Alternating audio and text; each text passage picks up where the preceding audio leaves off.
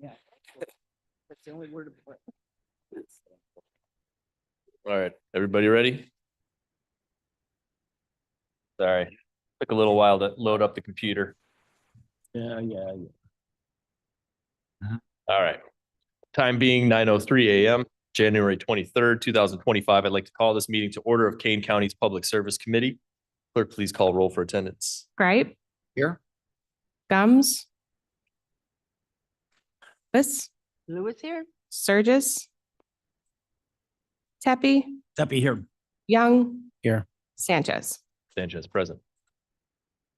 Okay, I don't have any specific remote attendance requests. I know Mr. Sturgis said if he attended at all, it would be remotely. So if there's any objection to him joining us at some point, speak now.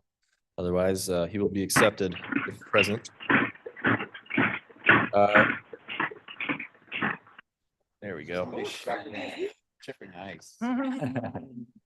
There. That's what it is.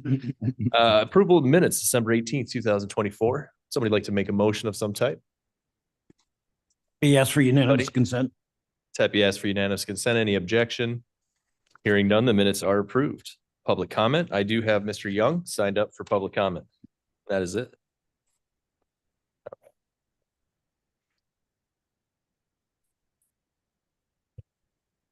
David Young. Just a reminder, in February 2023, the Kane County Clerk's Office received an award. They were named as Center for Election Excellence. This award came with a $2 million grant from the CTCL. The grant agreement listed the CTCL, Center for Tech and Civic Life, as the entity, and that awarded the clerk's office $2 million, $650,000 that was received in July of 2023 and 1.35 million that was received in December of 2023. The grant funds were supposed to be used for three things. One, key physical components like election equipment. Two, key technological components like software. Three, key human components like election judges. Well, the problem is that one, the physical components, the election equipment, we spent what, $8 million on election equipment. So that money, $2 million wasn't used for that. Then the software component, well, we're using the software from Hart, and that's part of that agreement, that $8 million. So money's not going to be spent on software. And then you're left with election judges. Well, you can't spend $2 million on election judges. So this grant money was supposed to be spent by December 31st of 2024, but for some reason, the clerk's office just can't seem to find where to spend the money, which is kind of weird because we're in a budget, we're in a budget quandary right now. Where are we going to get the money, right? So we're asking all of the different departments to make sure that we're not going to spend money yet. They have $2 million that they don't know where to even spend it. So I've been asking where the money was going to be allocated and never get a response. So I'll be asking again today during our time with the clerk. But the answers are always, I don't know. Come and see us. But I'm not going to do that. Who is the CTCL? A lot of people don't know who the CTCL is, but the CTCL was formed in 2020. It was primarily funded by Mark Zuckerberg with around $400 million of his money. And per the Honest Election Report, this group has deep ties to the Democratic Party and partisan progressive organizations. The infamous drop boxes that you heard of in 2020, well, they were supposedly funded by this group, the CTCL. By the way, the Wisconsin Supreme Court ruled that these drop boxes were illegal. 24 states have banned the CTCL and entities like that coming into their elections offices. So my request is that I would like that $2 million to be returned to the CTCL and to part ways with that organization. Thank you. Okay.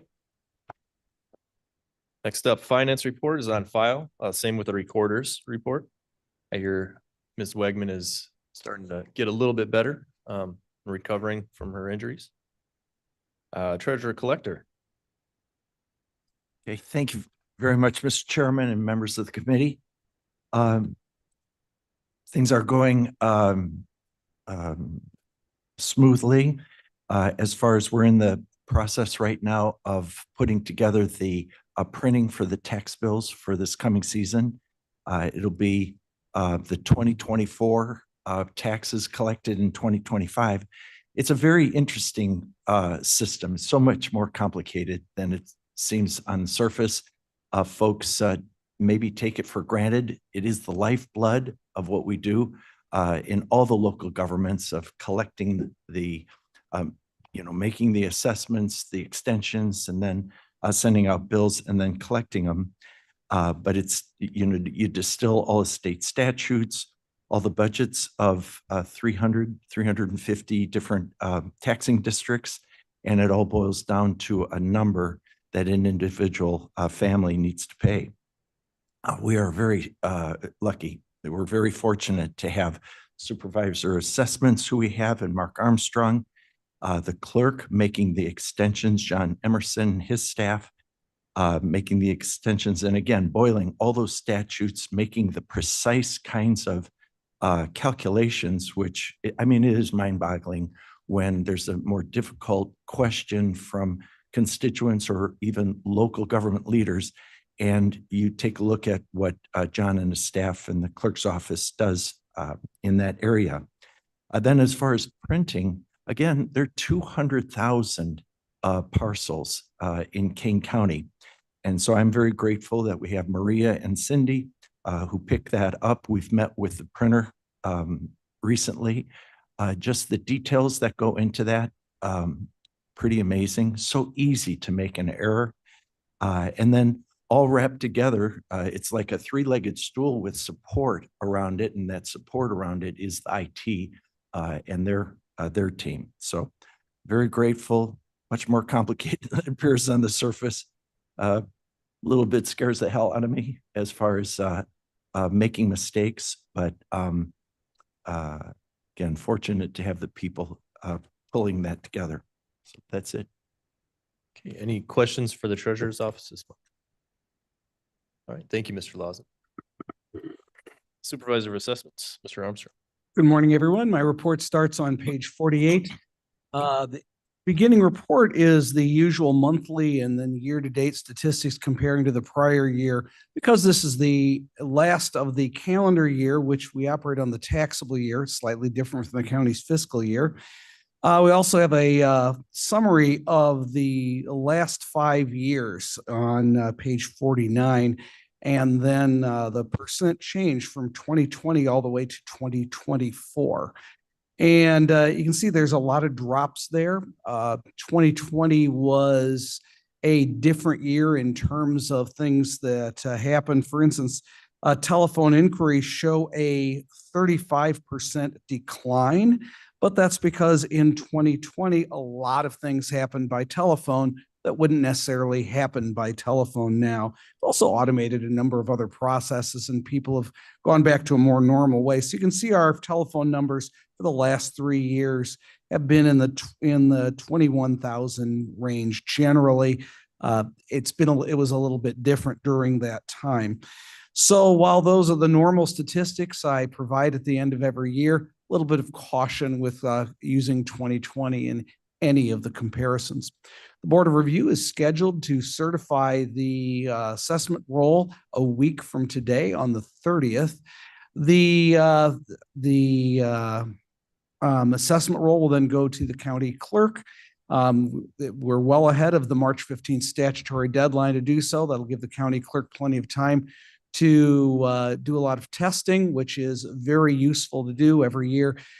They will do a lot of different things with extensions. They'll send things to the treasurer and they'll send things to me. Does this look right? Does this match the records you have? A lot of data validation that is done. We usually catch a few things and we're able to fix them. If we had to wait till April or March 15th to do that, then the county clerk would say, okay, we're going to run with it and we're going to hope for the best. Because it's in everyone's best interest that tax bills are mailed on or about May 1st. I think the last time I did the calculation was the cost to local governments, if we don't do tax bills on time, is about $60,000 a day. So we want to avoid that. Haven't been late yet. We're not going to be late this year. With that, I'll be happy to answer any questions anyone has. Any questions for these, Greg? John Gripe, I'm looking on page 49. There's a category called certificates of error. Speak into the microphone more, just for the Thank people listening Thank you. at home. So on page 49, there's a category called certificates of error, which is increased by about 60%. So Mhm. somebody was correcting something, and I'm curious if there's such an increase in errors, regardless of who did it, how we might be able to fix that rather than continue to increase whatever that is. It's a great question, and let's just talk about what exactly a certificate of error is. It's a term of statute. So that's what the statute calls it, and what it does is corrects a tax bill. So any correction of a tax bill is called a certificate of error. The most common certificate of error is for a missing homestead exemption. So tax bills go out. A letter is included in that tax bill. About a week or so ago, I emailed all of you a copy of the letter that's going out this year, which is essentially the same letter that's gone out every year since 2008, that says, here are a list of exemptions that you might qualify for. If you get one of these, and we can get it by October 1st, because there is a time limit to when we can get it, we can issue a certificate of error to grant that retroactively. I give that to the treasurer then sends a refund. So since the majority of those are there, the question would be, how can we identify those well ahead of time and not issue a certificate of error? Have it happen prior to tax extension, which would actually be in everyone's best interest. So number one is, does everybody, the biggest one would be a dollar amount, the senior freeze. Does everyone apply for the senior freeze on time? Well, right now, we mail an application to every senior citizen who gets the senior citizen exemption. That sends out in the mid 30,000 applications. We generally get back 6,000 to 7,000. But there are always people who get it. They set the form aside, and then they don't think about it until their tax bill comes. And wow, that's a lot more than I was used to paying. And then they call us. We look back and say, well, in prior years, you had the senior freeze. You don't have it this year. Do you think you might qualify? Well, yes, I think I would. Great, apply for it. We can do that. So is there a way to identify those and spur people to action? Because by statute, we have to have that application every year, because it's always a requirement that they use their prior year's income, and income changes from year to year. And we have not really gotten a good cost-effective way to get that out. Now, the absurd answer is, well, if you guys want to budget me enough money, I can have somebody knock on everybody's door and do that. And that'll, of course, cost way more money than the benefit would be to have that. Another way we look at is how can we identify senior citizens, people turning 65? Now, one of the things we did one year was we looked at voter rolls, and we were able to get things, and we started sending letters out. And we ran into some problems. The first problem was not everybody on the voter roll is a property owner. Then they started applying on properties when they didn't own them, and they weren't qualified for that. The second thing was there were sometimes couples where one couple had already been 65, they already had it. Now they're either applying for something they already have, creates into more work in the office, and or they are now applying for something, and they assume because both are 65, they now get two exemptions. Unfortunately, that's not the way the statute works. You only get one. So we continually look at all the ways to do this, but we try to figure out what is the most cost-effective way to do it. We don't want to spend more money to save less money. And so a lot of things we go to look at that. So Again, in looking at that certificate of error line, what it means is there is an error in the tax bill, not necessarily an error was made at the county. Another one outside of exemptions might be an error in the physical description of the house. Now, if you look at all the properties in Kane County, as the treasurer already mentioned, we have about 200,000 parcels. Our township assessors are going to be tracking about 30 to 40 things per parcel on all of those. But they don't create those every year. In the discovery and list process, it happens over decades. So I don't know how old your house is. Can you give me a year just so I can use for example? Okay, 1975. It was probably measured about that time. And if there have been no building permits for changes, the assessor wouldn't have had a reason to go out and remeasure unless somebody raised the issue to them. So the assessor is relying on things that in 1975 were created, written down in field notes, then written down in property record cards, and then eventually transferred to an electronic CAMA system. So the chance that one of those simply had a typo is 200,000 times 40 times 3. What amazes me is not that there are sometimes discrepancies found, but how few there actually are. But that also goes into that letter. Check your property record card. It's the easiest thing to fix. And if somebody goes in and says, hey, you said I have a patio here. I'll give you an example. A few years ago, my wife and I took out a building permit for a patio. We never did actually end up building the patio for a variety of reasons, most of all related to domestic tranquility. But that permit is out there. So I get a call from the township assessor. Hey, we have all these, this building permit, we have a design, but I see from aerial photographs that you didn't get the patio. Is that correct? I said, yeah, we're not going to get that. And they never didn't worry about it again. But back in 1975, people weren't using aerial photography that way. We had 6-inch pixels, whereas right now we have 2-inch pixels, much more clear photographs. So something like that might have gone on. And if nobody checked it, then that's going to be on there and they might discover that. Now, we tell everybody every year, check this. It's in that letter that goes out to every taxpayer. And some of them do, and we find that out. The downside is they will then say, well, I want 10 years of refunds. Unfortunately, we can't give 10 years of refunds. On the other side around, if they had a patio and it wasn't on the assessment rolls, we also can't go back 10 years and collect that either. I know I've given you a lot of information here. This is what my wife calls me giving a $5 answer to a nickel question, but have I addressed the topic that you asked? I think so. I guess I would submit that it really isn't an error in any way, shape, or form. It's an adjustment of some kind. You are absolutely correct. The error term is simply the way the statute calls it. Yeah, okay. But I'm glad you asked that question. It's always good to clarify that. I've been doing this long enough. I forget that some people may be encountering this report for the first time. Thank you.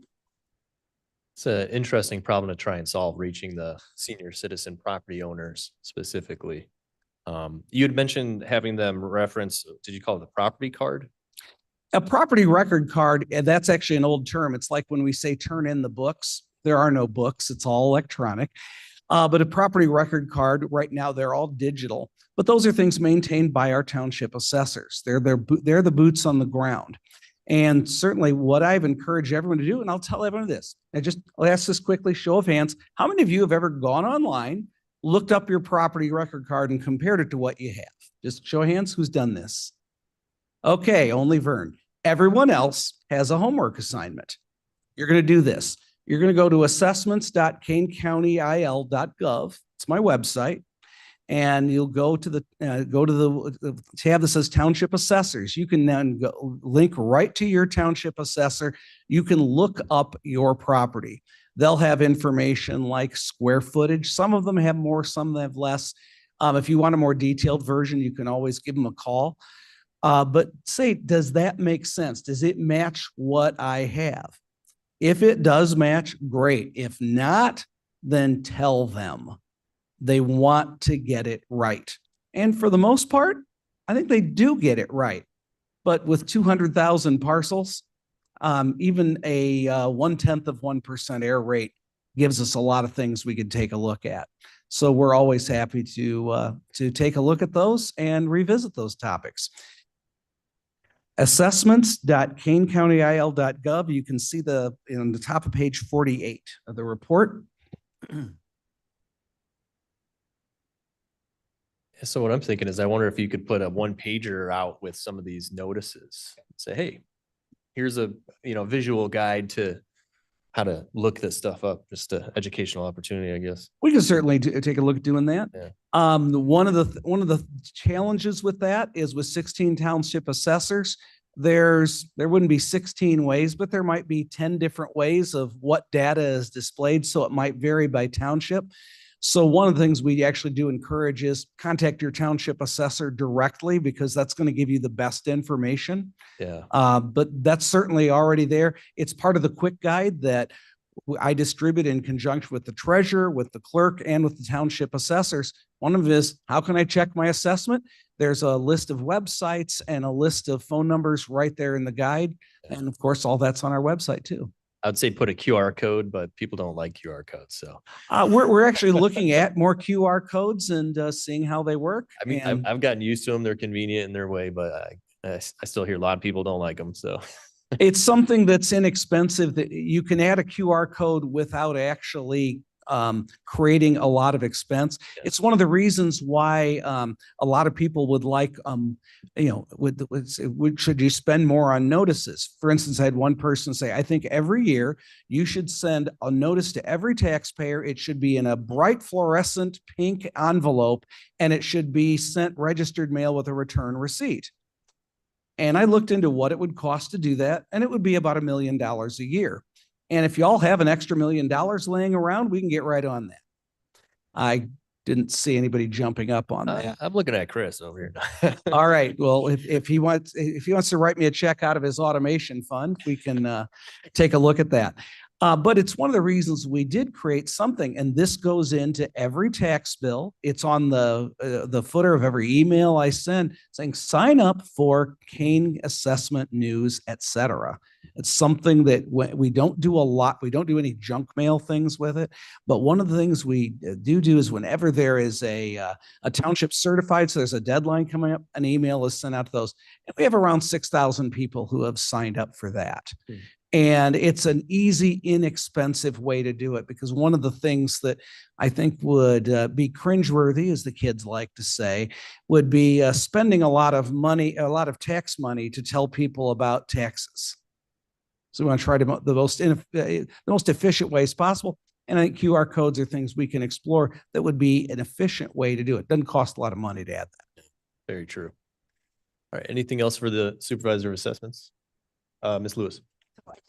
I have a good relationship with the senior services in Aurora and also the food pantries. If there's a one-page thing that we could give them to put out for the seniors, because Senior Services actually already has all of that. Okay, We have perfect. partnered with Senior Services for the senior freeze for years. Good. And we have trained them on how to interpret the law and how to fill out the form, and provided them with that. And we even send their phone number for everybody in the South Half County. There's also Senior Services in Elgin, takes care of the Perfect. North Half. So you're way smarter than me. Okay, thanks. Nope, just been here a couple of years longer. That's it. Thanks. All right. Anything else? All right. Thank you, Mr. Armstrong. You're welcome. Appreciate it. Regional Office of Education. Good morning. Phil Morris here for Pat Del Santo. She's actually meeting with the school district superintendents this morning. So she asked me to come over. There's just a few things to kind of mention to you. We're partnering with the health department on the Youth Voices Forum. It's going to be in early February at ECC. Ultimately, it brings a bunch of the students together, good dialogue during the day, and then eventually the health department actually develops a Youth Voices Forum on mental health report. So a lot of that data from that meeting. So we've been working with those students. End of February is our Countywide Institute Day. So it'll be February 28th. It's going to be at the Q Center. And we usually have a little over 1,500 people, teachers there for that attendance that day. And so if any of you are interested in stopping by, attending a session that day, you can see all the sessions at our website. knrwe.org, but then just contact either Pat, myself, our office, and swing on by. See all of our teachers in action that day. And then there's also that same day, a very large art education workshop going on out at Central High School with about 150 of our art educators throughout the county. So February 28th is the County-Wood Institute Day. So all of our districts are out. All the teachers are learning that day, go through professional development. And then the final reminder here is for all of you, our Educator of the Year banquet, May 2nd. So mark your calendars. You are all invited to be our guests while we celebrate all of our educators in Kane County. We usually have around 800 attendees. And again, that is at the Q Center. You'll be receiving more information, formal invites on that, but we just wanted to get it on your calendar now because it's a big night. Again, May 2nd for that. And again, if you want to make it, just give us a call, contact me, contact Pat, you're in. You'll be our guest that day. As far as everything else, again, kind of like supervisor assessment, we do have our biweekly newsletter that goes out that really covers a lot of the activities that are going on. If you are not receiving it, let me know. We'll make sure you get on that list. Otherwise, you can also sign up at our website, knrwe.org. And with that, I'll take any questions. Any questions for the Regional Office of Education? Juby. How many of the school districts are participating in the Youth Voices this year? I am not sure on the actual exact number. Anyone else? Okay, thank you, Mr. Morris. Veterans Assistance Commission, Mr. Zimmerman is online. Morning, Mr. Chairman. Thank you. My report starts on page 51 of your agenda packets, but what I'd like to do is fast forward to page 59 of the agenda packet, which has our annual report in it. It shows, starts to show cumulatively what we did throughout the entire fiscal year of 2024. So that first figure on the chart you see at the top of the page shows that our office was instrumental in bringing in over $9.5 million in new VA benefits. That specific benefit is a monetary benefit that comes in to veterans into their pockets due to a disability that they incurred in the military or to their surviving family members for the veteran having died of a service-related disability, or a veteran who is below the poverty threshold and receives a pension from the VA. So that's $9.5 million new dollars in benefits that came into Kane County veterans. That represents $17.97 return for every dollar we received in property taxes last year. So, Blair, if we can continue on down to the bottom of page 60, on this particular chart, this is the average monthly benefit payment that is paid to our veterans through a few different category types, and it's arranged by year. The green line is our veterans that we've assisted, and the red lines is the average Illinois veteran. So you'll see there, and 2024 numbers are not available from the VA yet, so you'll see the 2023 comparisons and 2022 comparisons there. But on average, our veterans receive more benefits than the average Illinois veteran does because we have a great staff who's very competent in what they do and really does care about our veterans. If we go on now to the top of page 62, you'll see here, these are the different types of benefits that we've filed for. These are the major benefit types. There's a lot of other different ancillary things that we do as well. But you'll see year over year, we've filed more applications for the various different types of benefits that we assist veterans with, hitting another record there in 2024. And at the bottom of that page as well, the number of appeals that we filed based on denials for some of those benefits, that has gone up every year as well. To the top of the next page, there is the average number of days a veteran waits for a decision on their disability claim. So compensation benefits, the average Illinois veteran is represented in the blue line.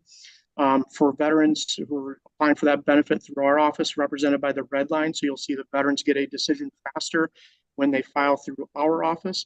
And then for pension benefits, the average Illinois veteran is represented by the green line, and our veterans are represented by the line. So it's drastically faster decision an actually very complicated benefit to receive. And that one I'll note is for veterans who are below the poverty level. So it's very important to get them their benefit fast so that they can start living, at least a little bit more financially stable life. And then the next section, which I'll skip over, is some statistics from our Veterans Treatment Court. We do participate in that, but we only have between 5 and 10 veterans in that program at any given time. So we'll go on to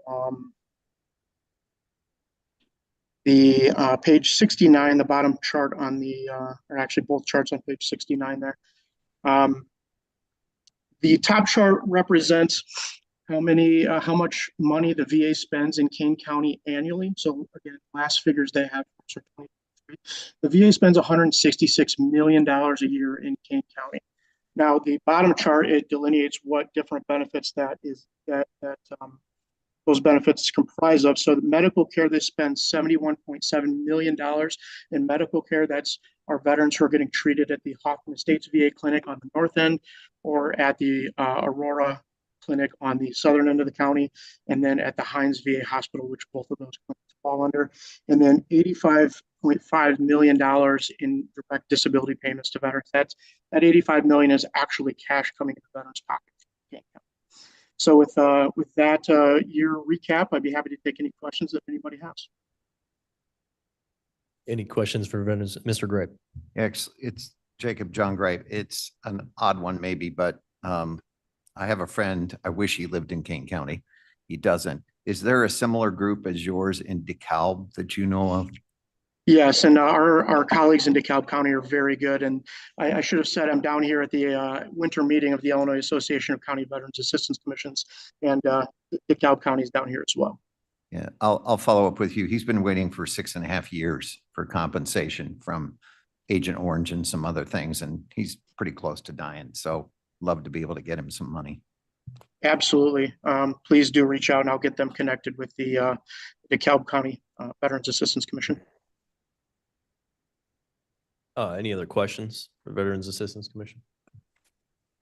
And Jake, we were just talking about, outreach in a way with the assessor's office. Is there a way that your office is able to identify veterans as they're coming through and reach out to them to make sure they are aware of benefits, or is that a difficult task as well? It's a difficult task, but it's one that we spend a lot of energy on. So interestingly, the Department of Veterans Affairs has a program that provides us with the names and addresses of veterans who separated from the military in the last 6 months. So every 6 months, they literally just send me a address label sheet that I just peel the address label off and put onto an envelope. I know nothing about their service. They're not allowed to give that information. They're literally only allowed to give me their names and addresses. And then we send them letters to get out to them. Additionally to that, we have 8 regularly scheduled outreach events every single month. We are at the Aurora VA clinic twice a month and have office hours there, as well as 2 days a month at the Hoffman Estates VA clinic. We're at the Elgin American Legion once a month, the St. Charles American Legion once a month, the Aurora American Legion once a month, and then we're also up in Huntley at the Sun City Del Webb community. There has a veterans club that has a great deal of veterans that live there. And we also go outreach to them on an every month basis, and in addition to other special resource fairs and things that we do as well.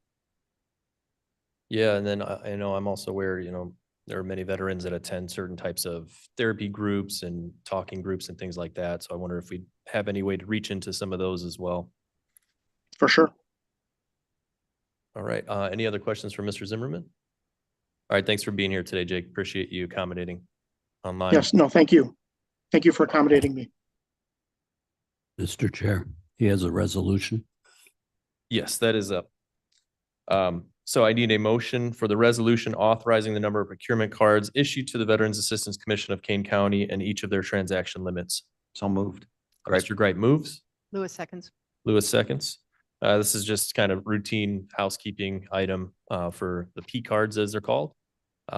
That's monitored through the auditor's office. Any questions on this, Mr. Gripe? It's not a question, but just something we learned with one of the other departments the other day. These cards are subject to fraud pretty easily. So just keep an eye on the use of them. as you use them, we saw transportation, I think it was, had hundreds and hundreds of $50 transactions on there that were fraudulent, and they're still working on getting the money back. Most of it's back, but just FYI. Mhm. Yep, word of caution. Any other questions or comments? Hear none, clerk, please call the roll. Gripe, Right, yes? Lewis, Lewis, yes. Steffi, Yes. Young, Yes. Sanchez. Sanchez, yes. All right, clerk's office, Mr. Pollock. Good morning. Thank you, Mr. Chair. I like Jake's premise of fast forwarding. Can we fast forward to April and get past this weather a little bit? And the election, that's what you mean, right? Well, this one's okay. I mean, dealing with three at once in November and everything, but I do want to thank Treasurer Lawson for his compliments about our office and working together on tax extension. It is a collaborative process, and it's great to have all the players at the table with the meetings we have, and we appreciate it. And we look forward to getting the tax bills out on time and doing our part to make sure it happens. I also want to thank Mr. Gripe and Mr. Surgis for coming to the office a couple weeks ago. There were some questions. We worked to make sure that we get an appointment, get everybody in, and there are questions that require more than a yes or no answer, and it takes time to explain things. So we appreciate that, and we hope you got the information you sought.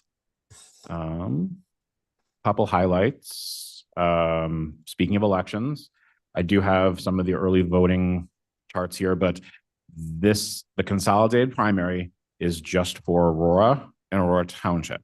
So the only races that are on the ballot for February 25th would be the mayor of Aurora. That's for all of the city of Aurora. And we handle more than just Aurora Township because there are a few precincts that are out of Aurora Township. And then there are 3 primary races for the Democratic Party for township races. So if you don't live in the city of Aurora or Aurora Township and taking a Democratic ballot, this election's not for you. However, the April election is the election where everyone is eligible to participate. That'll have your city and village boards, your townships, your library boards, school districts, park districts, et cetera. For this election that started now, and if you go by, that we do have early voting available. Hurry up, the lines are crazy. No, we actually have people voting. Early voting started on the 16th. Early voting will go until the day before, as all elections, and then the expanded early voting starts on February 10th. So we'll have those extended hours for those. But for this election, the voting is just going to be at the clerk's office in Aurora and in up here. For the April election, we'll have the expanded voting. We'll have all the sites that we normally have. We'll have the vote mobiles and everything else. So early voting for the April election begins on March 7th. It's a little bit of a compressed schedule because we have to wait for the candidates to be certified, or the election to be certified, and the candidates that win from the February election to be put on the ballot for the April election. So got that. Our office has been swamped with passports in the last, well, I mean, you hear me talking about it every meeting. We continue to push up the numbers, but we had, it's about 2 weeks ago, it was the Friday after New Year's, we processed 131 passports in 8 hours, 9 hours when the office was open. In the first 8 days of January, we had a couple holidays. We're averaging 52 passports a day, and that's just applications. Other people have come in to ask for renewals and those things, and we help those. That's not part of our numbers, but just in terms of the new ones. So if you look at those numbers, you see, 300-400 a month. We did more than 400 in the first 8 days. There have been a lot of people coming in to try to get passports for their children, as well as families trying to get everything. So this January number that we'll report next month is going to be a blowout. And this year is probably going to be even stronger. We're putting together numbers for our year in review. And one thing that did jump out to me also is we calculated the revenue for the passport photos. That's we mentioned that people can come in and get a picture done when they get their passports. We brought in almost $64,000 just in revenue alone for those passport pictures. It's something we started a couple years ago. We continue to look for those revenue generation options that can take the pressure off property taxes, because that's non-tax revenue. So you see the number for passports that comes up in that revenue. So the $35 times that 55,170 last year, plus you added in the 63,000 for passports or the pictures. So it adds up. Speaking of budgets, we're still not done with the 2024 fiscal year. There's still a little bit of time left to clear some things up, but we're a couple $100,000 under budget that will be returning to the general fund. And we're still trying to figure out more ways to help with that. Our office appreciates Mr. Young's comments. We continue to extend the invitation for him to come to the office and share his input on things we can do to help take some pressure off the budget. We are continuing to assess our equipment needs. We did make that purchase with the support of the county board to buy the new voting machines and the equipment that we used in this last election. But as you saw, we did have lines during early voting and some on election day. And, you know, that is the busiest election we're going to have in a cycle. And we have to plan for 4 years from now to try to find ways to avoid that in the future. I mean, we're thrilled that the turnout was high. If you actually look, our turnout percentage was higher in 2024 than it was in 2020. And most of Illinois was down. So the voters in Kane County participated and we're glad we were here to help them and encourage the participation. So hopefully those numbers continue to go up. So we have to be prepared for that in the future. So there are going to be some additional equipment needs and we're trying to evaluate that and see how we can deploy the resources so we can hopefully avoid lines in the future. So there will be additional purchases for that. But what I can say now is the clerk is committed to helping provide relief to the budget. So when those decisions are made, and they'll be made probably in the next month because we need to close up the budget, there will be more relief going back to the county in terms of how that grant money is going to be spent, and parts of it for fiscal 24 and parts for fiscal 25. And it will help bring more money back to the general fund. So when those final decisions are made, you'll certainly be aware of it, but that's what we're planning to do with some of that money. Any questions on the report or anything? Any questions for the clerk's office? Mr. Gripe. Me. John Gripe, I was just curious, following up on Mr. Young's question. Is there anything this committee can do to help facilitate the return of that $2 million to its funder, since it doesn't appear to be used or earmarked for anything? Well, in terms of internal control, no. And I was just saying that it will be used to help offset some of the budgetary problems that the county has. The entire county or your department? Well, if money is being returned, it helps the county. Okay, so all of that is being returned to the county then? Not all of it is being returned, but like I said, decisions are being made right now about how it's going to be allocated. And when the budget books close at the end of the year, the office will be returning money back to the fund, and some of that money will be helped to do that. Okay, thank you. Mr. Young. Thank you, David Young. As a follow-up to that, I thought that the grant that you signed with and I would look at you, but I won't be able to talk into the microphone. So that, excuse me, I thought that the grant allowed you to only spend it on 3 things, which is equipment, software, and personnel. If you're going to dump that money back into the general fund, let's just say you take the whole 2 million and dump it back in the general fund. Is that a violation of that, the grant that you signed with the CTCO?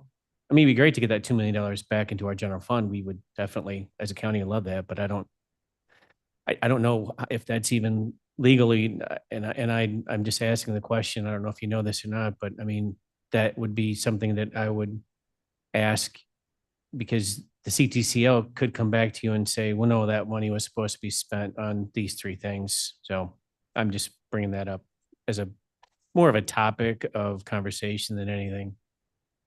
That's not what I said. And please feel free to come have that conversation with us. We encourage it. You can get those questions answered, but any money that will be spent will follow the rules of the grant. Okay, so then thank you. I have one more question, please. Go ahead. So I brought up the whole CTCL and there's several divisions or sister, I'm going to call them companies for lack of a better word, that are associated with the CTCL. You've got the U.S. Alliance for Election Excellence. You've got the CTCL. You've got these other groups, and they're all kind of this one entity. But in the agreements that I've looked at, there is a partnership that is supposed to exist between that entity and the Kane County Clerk's Office. And there is a grant that was given, the $2 million grant. And then in return, in an older contract, I read something that there's supposed to be some non-monetary contributions that the Kane County is supposed to provide to the Alliance. And I'd like to know what those are, and then if you know what they are. And then also, there's also a grant or a membership to join this community each year. And I want to know if that is something that's going to be paid this year or not. In terms of membership, there was no membership fee. In terms of non-monetary contributions, the clerk's office is part of a group that engages with other election authorities. There are some in this group, the Alliance, the other election centers, just as we engage with other election authorities across the state of Illinois and across the country and other partnerships. It's working for best practices and working to find new ideas about things we can do to help benefit the residents of Kane County for our election system. Okay. Any other questions? Ms. Lewis? So I just kind of want to weigh in on this. So the way grants work is the clerk's office would spend the money on the appropriate things. Then when that $2 million comes in, it will go into the clerks against those budgets, which would give them remaining money that they can then send to the general fund to get paid back. So they're following their guidelines when they get the money, putting it where it should go, but then that frees up other money that can come to the general fund. So and they know how to do that, and between them and the accountants, they always get it right. The other thing is, I believe, and I could be wrong on this, but if we wanted the clerk's department to give back that $2 million, I believe the board would have to vote on that because we were the ones who voted to accept that $2 million. So I don't think the clerk could just arbitrarily say, I'm going to give back $2 million. No, we had a resolution in support, but we don't have the authority to authorize a grant for any of the elected offices. That's their internal control, their ability, their legal right to do that. So, and the same with how they spend it as well. We can say what we would prefer, but that's it. Yeah. Any other questions? Yeah, I guess there's interest around this. I would just, I guess, put a request out there for Mr. Cunningham, if he could give us a report at the next meeting, if the decisions have been made, just so that we can have it here at this committee. Be nice to have. Okay. Thank you. All right. Thank you, Mr. Pollack. Moving on, we have no other business that I'm aware of. Need a motion to place reports on file. Pepe, yes for unanimous consent. Tepe asked for unanimous consent to place reports on file. Any objections? Hearing none, the reports are on file. No need for oh wait, no, we do have executive session. All right, I'm just used to saying that. I knew. I need a motion to go into closed session for the release of closed session minutes. Pepe moves that we go into closed session for the Pepe release of moves. closed session minutes. Gripe second. Gripe seconds. Clerk, please call the roll. Right? Yes. Lewis, Yes. Pepe, Yes. Young, Sanchez. Sanchez, yes. Thank you, everybody, for being here today. Appreciate it. All right, everybody online that's joining us in the closed session, please accept your invites. If you are in the room, I also need you to accept the invite before we can start the closed session. I'll let you know when we're all together again. What?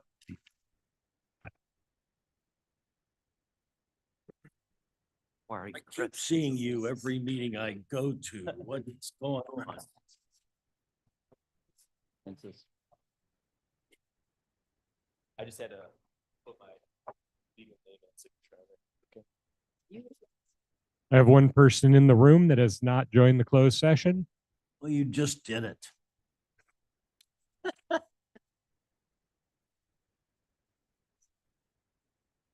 He wasn't.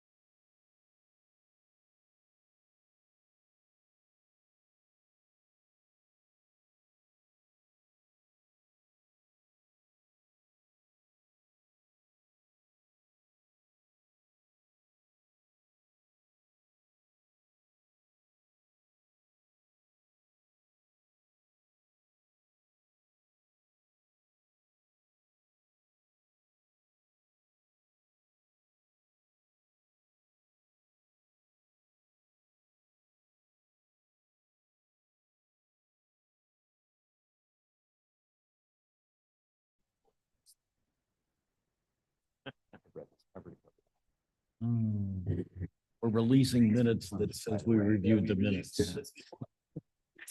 I know, but Doing it again. Trying to get this meeting done in less than an hour.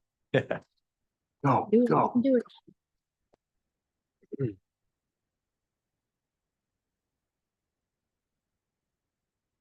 Good thing Gordy. All right, you are in open session. Okay, we're back. Lengthy closed session. We need a roll call. Gripe, Right here. Lewis, Pepe, Happy here. Young, Here. Sanchez. Just present. Okay, we need a motion to release, to vote on the release of the closed session minutes, in Exhibit A. It's displayed in Exhibit A, as we said. Steppy moves. Pepe moves. Gripe second. Gripe seconds. Clerk, please call the roll. Gripe, Gripe, yes. Lewis, Lewis, yes. Pepe, Steppy, yes. Young, Sanchez. Yes. Okay. I need a motion to adjourn. Steppy moves. Pepe moves. Lewis seconds. Gripe seconds. He got it. Sorry, just a little quicker, Anita. That's okay. All those in favor say aye. Aye. All right, we are adjourned. Thank you.